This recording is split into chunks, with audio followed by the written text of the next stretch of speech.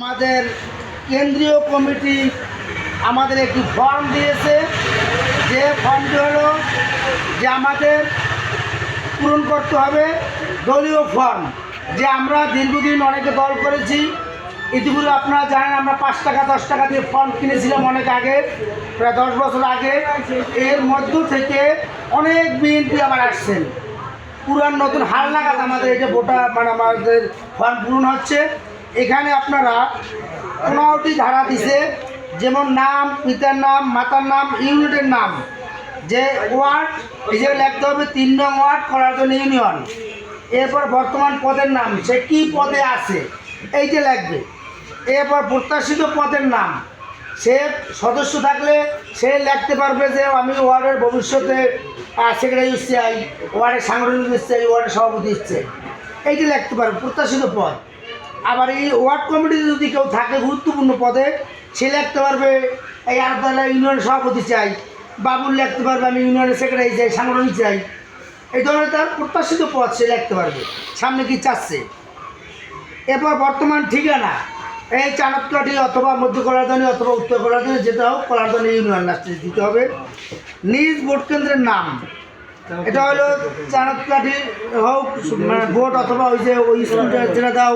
হ্যাঁ, জাতীয় পরিচয়পত্র নাম্বার, মোবাইল নাম্বার, শিক্ষাগত যোগ্যতা, পূর্বের রাজনৈতিক পরিচিতি, যে আমি অমুক সাল থেকে বিএনপির সাথে অন্তর্ভুক্ত আছি, বিএনপি পদে আছি। কোন পদে আছি? মনে করেন 18 সালে বিএনপির ওয়ার্ডের সদস্য ছিলেন, 2025 সালে ওয়ার্ড বিএনপির সেক্রেটারি হয়েছেন, অথবা দেখা গেছে 12 সালে আপনি দল করতেছেন, বিএনপি সদস্য হয়েছেন, 18 সালে দলের সহসভাপতি ছিলেন, এখন দলের সভাপতি হয়েছেন। এই পদগুলি লিখতে হবে।